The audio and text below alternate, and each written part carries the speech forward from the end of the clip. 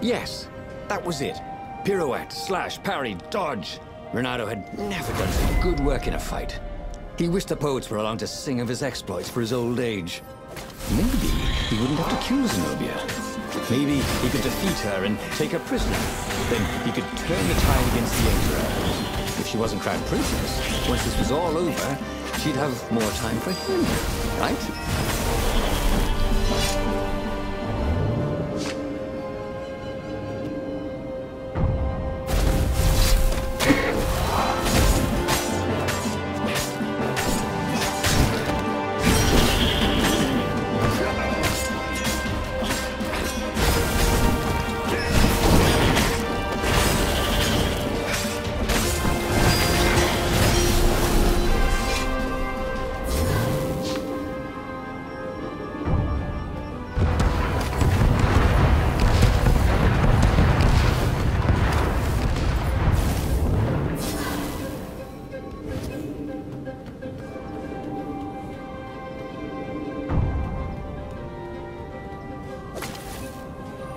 Soon he'd confront the Emperor.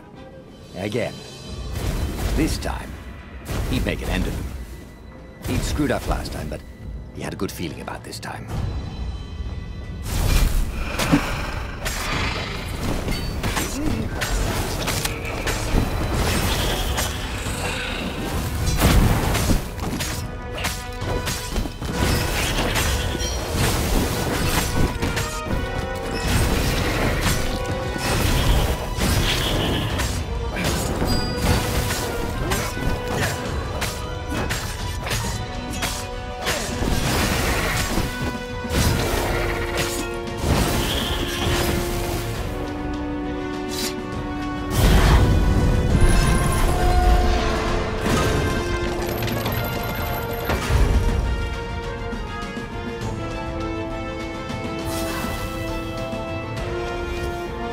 By some miracle, Renato fought his way to the Emperor's ship. He was exhausted, bleeding, but he'd found the strength to reject the stone. Zenobia came out of the ship. "Renato!" she shouted, and then she fell down and died. Lapino was behind her, wielding a sword that seemed to suck all the light out of the sun. "You idiot! You threw the stone away!" cried Lapino. "You said it was evil." "It hates sanctimonious prigs like you," laughed Lapino. "We're having a grand old time." Renato turned and ran. But no matter where he ran, Lapino jumped in front of him until Renato was cornered. That boy could hop. "You wouldn't do this to an old friend, would you?" cried Renato. "You mean this?" said Lapino, as he slid the sword into Renato's guts. "Damn it! Again!" Every child knew about the Sky Ripper. The Transcendent Emperor had buried its pieces deep. And then, this Emperor's horrific sacrifices had brought it back to the surface. Renato wasn't exactly sure how to use the legendary weapon. But surely, there must be some way to do it without provoking another catastrophe. Had he, somehow, summoned the long-lost components of the legendary weapon out of the deep places of the Earth? It was more than Renato could fathom. But if he could find a legendary weapon, he would use it.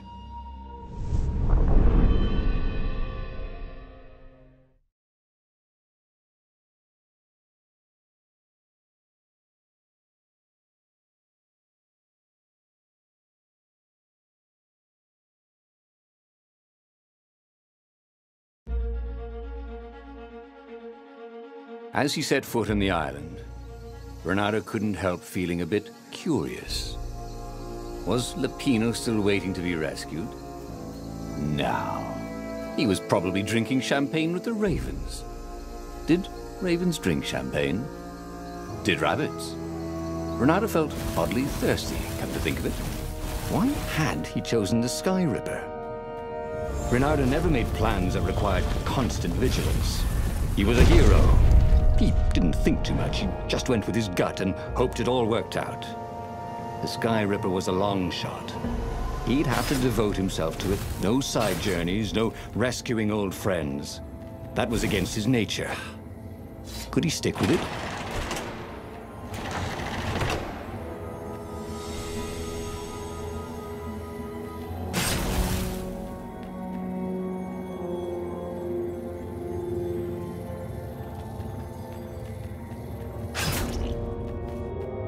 The people who had built this castle, did they even know what monstrous weapon lay hidden within their walls?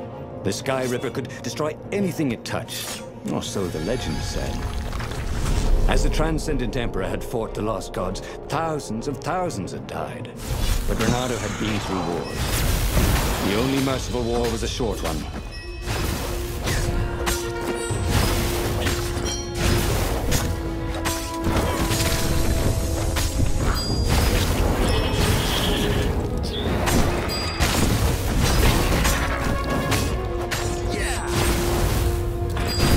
Next time, 3 more birds.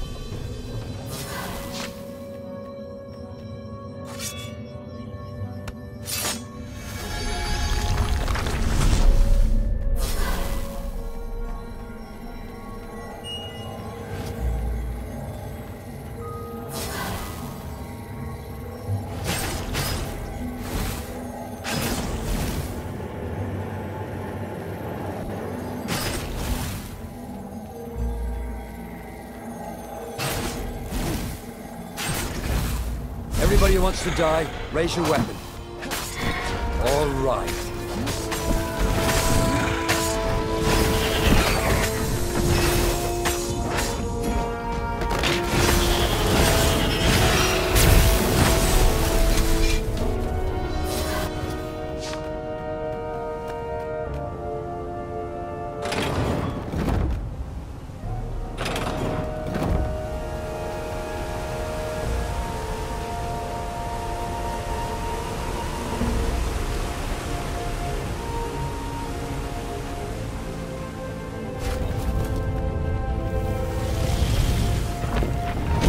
There it was. Sky Ripper's armature.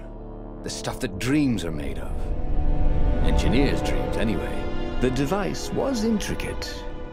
No one alive had the skill to make a thing like it. How was it part of a weapon at all? He'd have to ask a scientist. But first, he'd get the second piece. Sky Ripper had a heart. A core that had come to rest on the next island. Well, there was another island he could reach. Zenobia had just invaded it with her father's Raven battalions. She must be encamped there still. But fighting Zenobia now, that made no sense at all. He'd already sacrificed one friend to get this armature, was it? He didn't need to hurry to face her. She would find him. Bernardo asked himself why he changed course to confront Zenobia. He'd no idea. Sometimes he would just do things, and he could never figure out why he'd done them.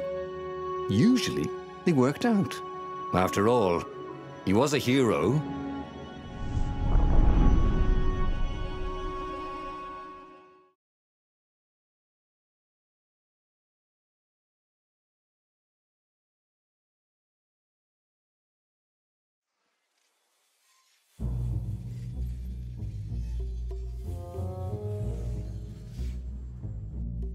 The truth is, though, he wanted to see her, wasn't it?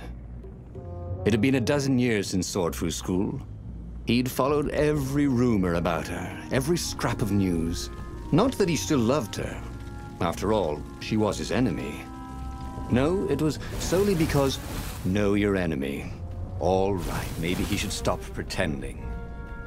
He knew exactly how she felt about him. But their love affair always ended with a tragic death. Unless, maybe he could find a way to dodge tragedy. Surely he could, couldn't he?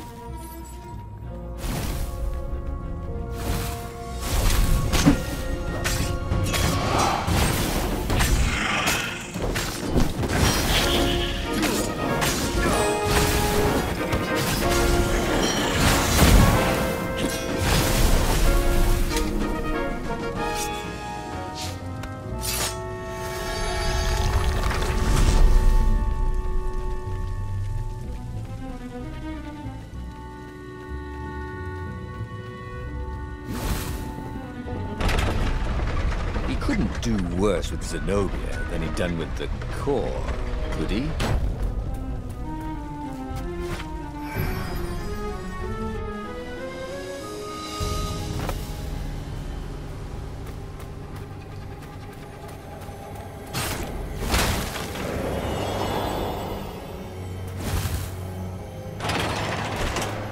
Bernardo wasn't entirely sure how he was going to capture Zenobia.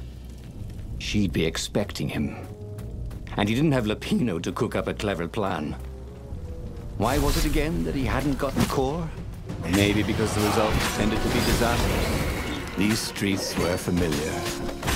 The Swordfu School was closed now, but he had been down that street 1,000 times. He knew that pub. He knew that alley.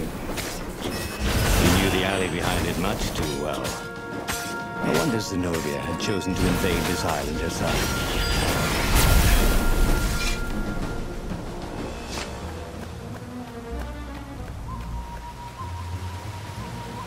Renato slinked through Zenobia's ship, making no sound at all. Where were her guards? Finally, he reached her bedroom. She was curled up on her bed.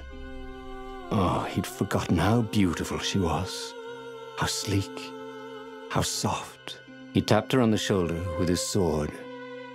She vanished. And he suddenly noticed he couldn't move except his mouth. In fact, soon he couldn't keep his mouth shut. He told Zenobia everything. Sky River, the Iblistone, even where the secret rebel base was, until he was hoarse. It was some kind of truth spell. A talky truth spell.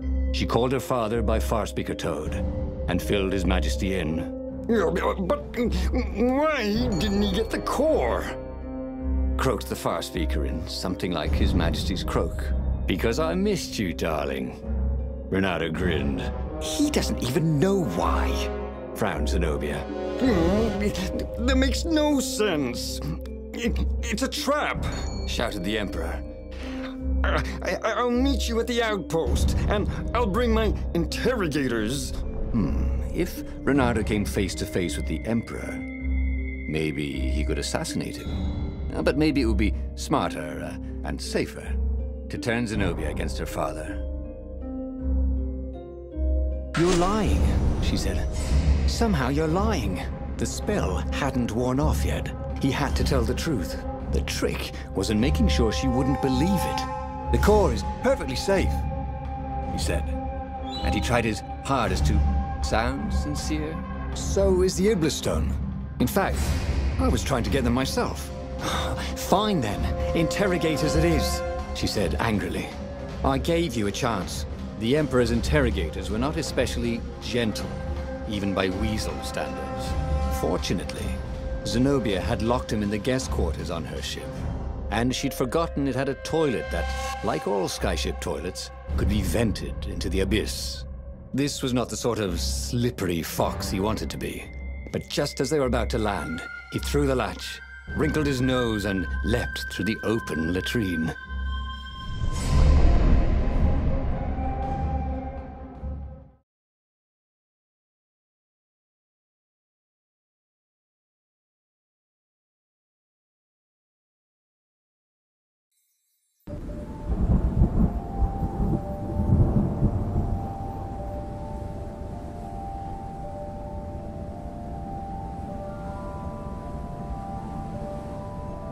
It was a short, safe landing. At least this part of the Nexus hadn't changed too much. Zenobia had been taking him to the Imperial outpost. She'd never expect him to go there by himself. Well, maybe she would. You never knew with her.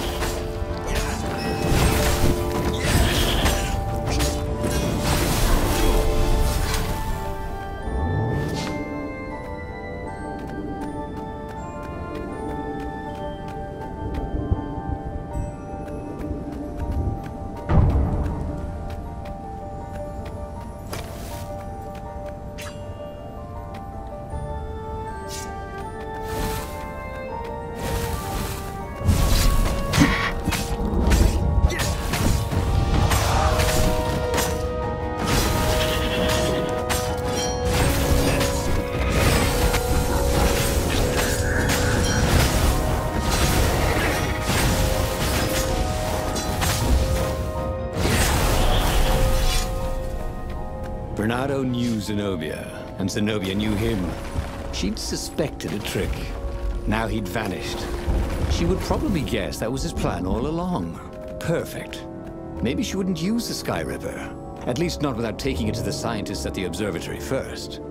Meanwhile, the Emperor would be coming to the outpost personally. This could be good.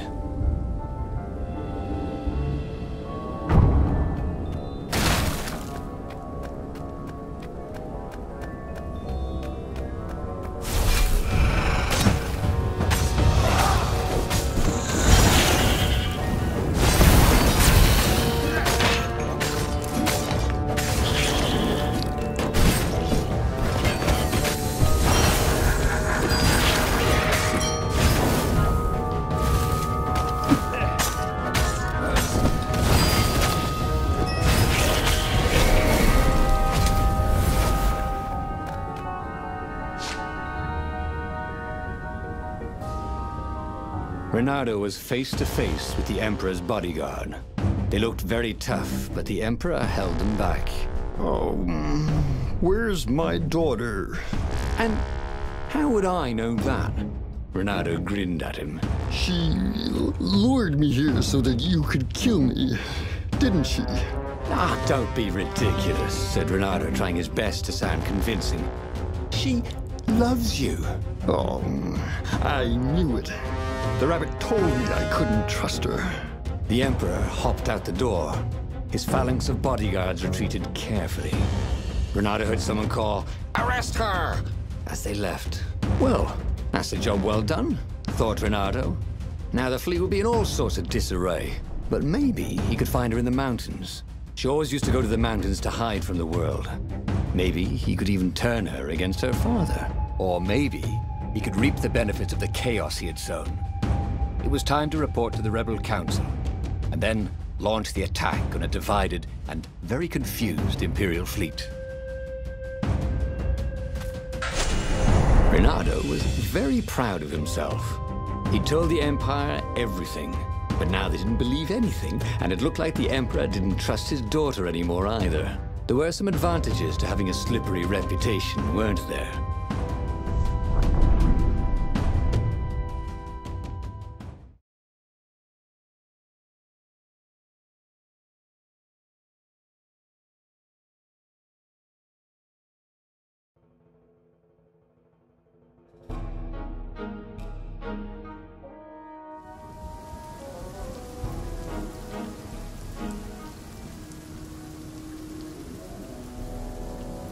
Reynardo wondered if he'd really fooled the Empire.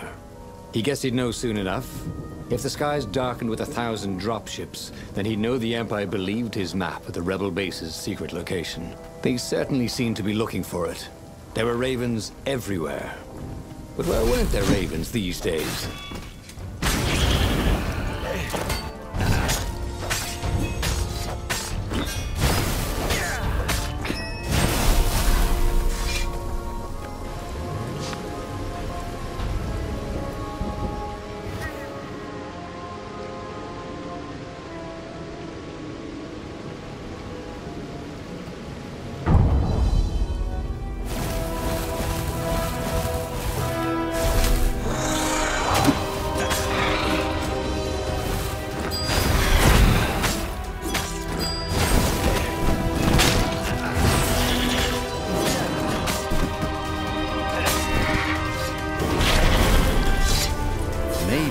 The Emperor would attack Zenobia.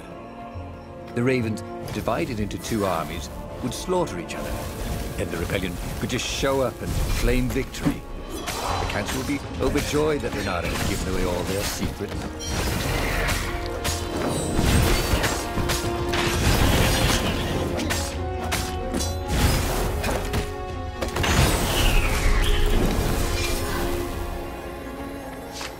See? It was actually very fine weather, except for the occasional shower of ravens. And no one was burning the ruins down with the mighty power of a god's eye. If the Empire believed anything he'd said, they certainly weren't showing it.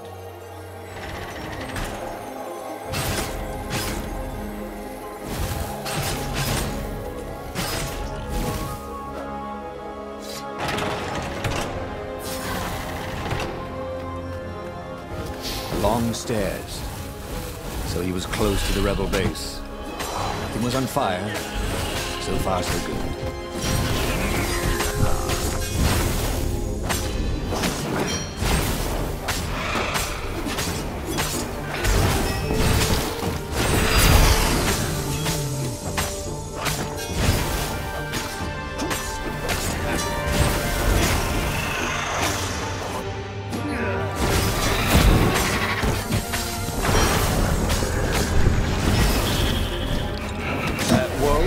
personal space?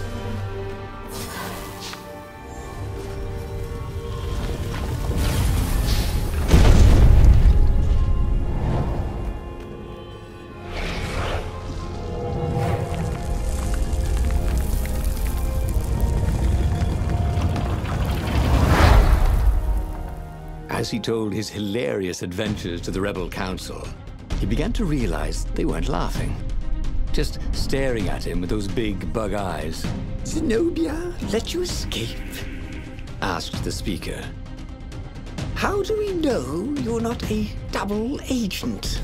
Then I wouldn't tell you about her at all. Maybe you're trying to sound like an idiot, so we don't realize how clever you are, croaked the speaker. No, I promise you, I really am that much of an idiot, Renato was about to say when a half-dozen Imperial ships began to bomb the base. He's betrayed us, croaked the Toads, and Renato decided it would be good to be somewhere else. He boarded the Farfarer and got out of there. The wind ruffled Renato's fur the wrong way. So the rebels thought he was lying too? Because a half-dozen lousy dropships that probably just tripped over the rebel base? Okay, technically, he had betrayed its location, but not willingly. And he'd made up for it, hadn't he? Then something exploded. A cannon shot. The Farfarer plunged out of the clouds. The rebels had hit his ship. As the Farfarer plummeted towards the abyss, he launched himself into the sails of an Imperial ship.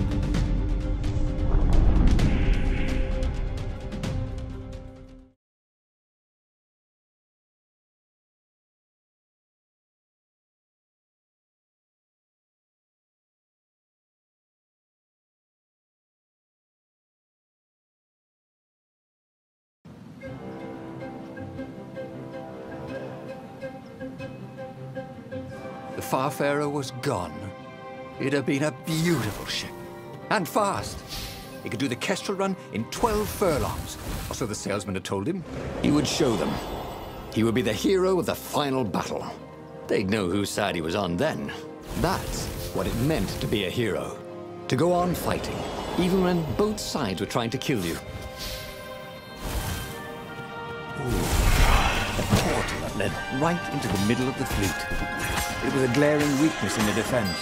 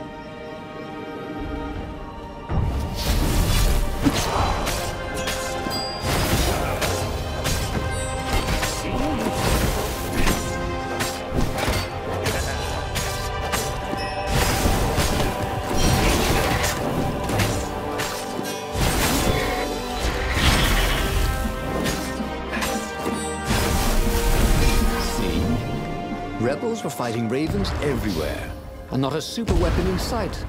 No one was summoning giant murder birds out of the clouds. There were no locusts, no rain of fire. Something blew up nearby, and Renato decided it was not time to stop and ponder.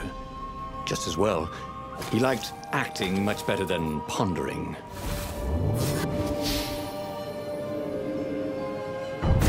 So, who's your next of kin? Just wondering.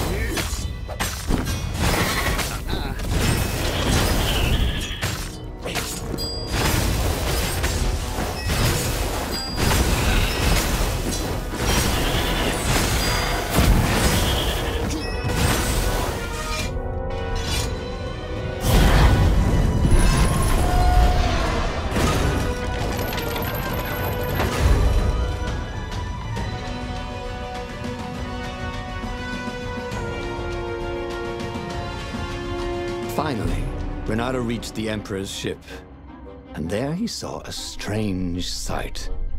Zenobia being led in shackles by Lapino with a squad of ravens. What? Lapino was working with the ravens? Was he some sort of traitor? Of course Lapino was working with the ravens. But the Emperor still thought Zenobia was a traitor? Renato felt oddly bad about that. Should he run down there and rescue her? Oh, but she was the enemy. Then he heard a whistling sound. He looked straight up and saw a rebel ship. It was dropping rather large bombs. One of them kept getting bigger as it fell. Huh? Oh. The island was windswept desert.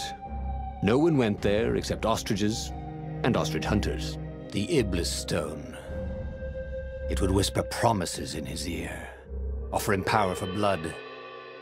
But this time, Renato was sure he could master it. And so, Renato went ostrich hunting.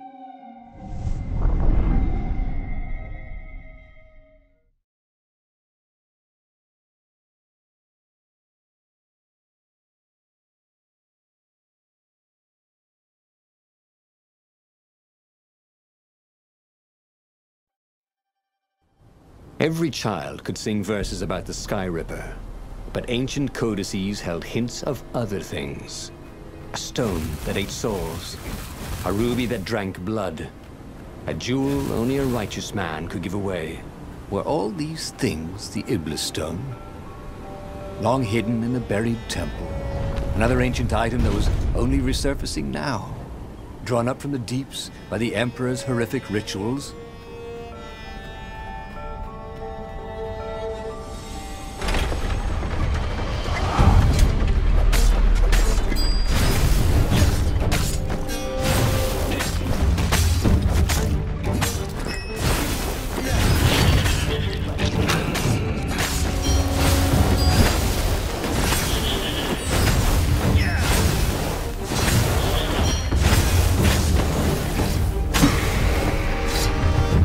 Ravens were already here, cawing in frustration. They were still searching for a way in. Good. And he hadn't come too late.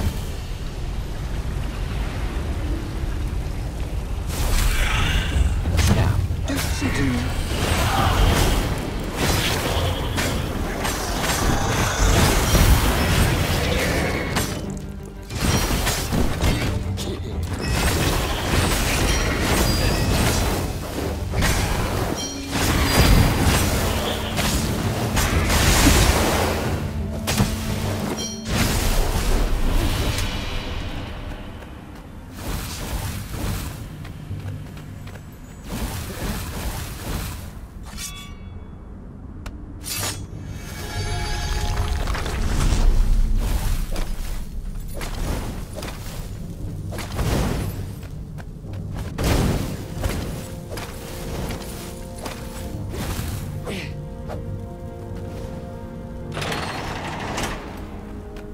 There had to be some way to use the Iblis stone.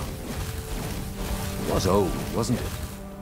People were so much cleverer now. And Renato was pretty sure he was cleverer than most people.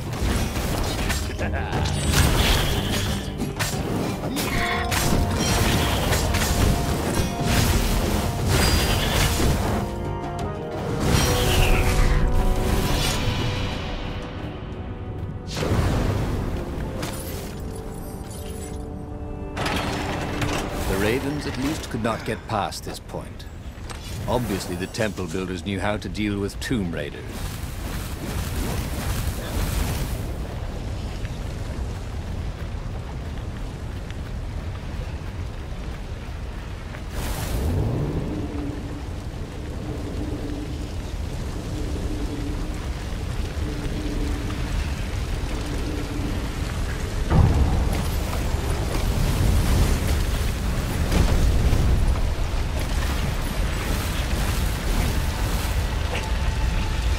It was a stone of the purest blackness. It reflected no light, like a void made solid. Nervous, he picked it up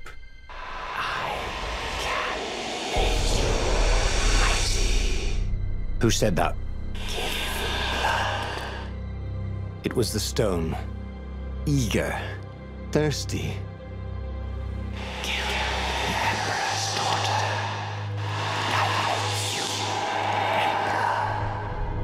That seemed tempting and terribly wrong.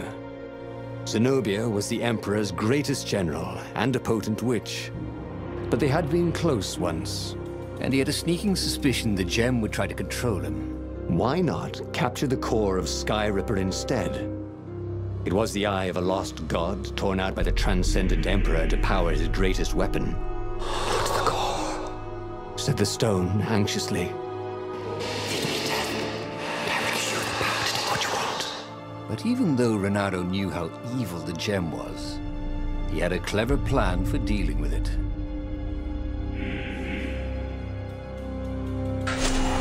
Why was he listening to a talking rock? Ah, but the rock had a point. If the stone could truly turn him into a powerful warrior, he could defeat the Emperor with the very weapon the wicked old toad had sought for himself. To be a hero, you had to sacrifice old friends sometimes, especially when they've become enemies.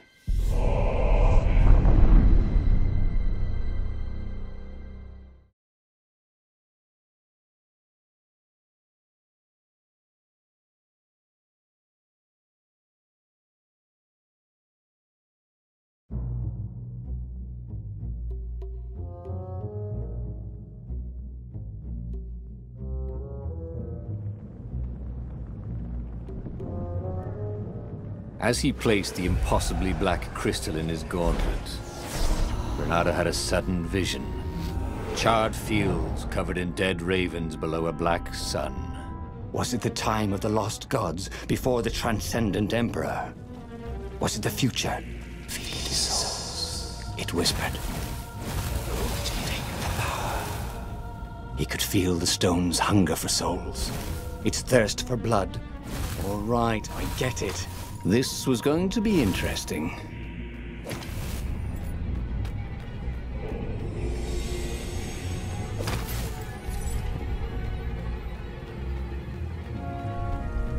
What are you guys dressed up as for Halloween? Just wondering.